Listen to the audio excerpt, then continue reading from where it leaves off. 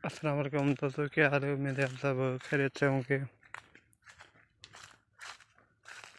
और आज मैं आपको दिखाऊंगा कि मजदूर गंदम की कटाई करने के बाद आप उसको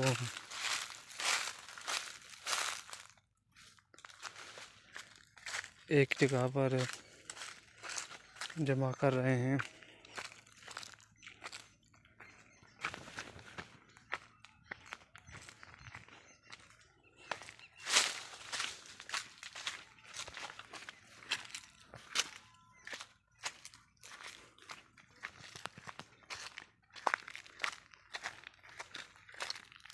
बहुत ही गरीब लोग हैं मजदूर।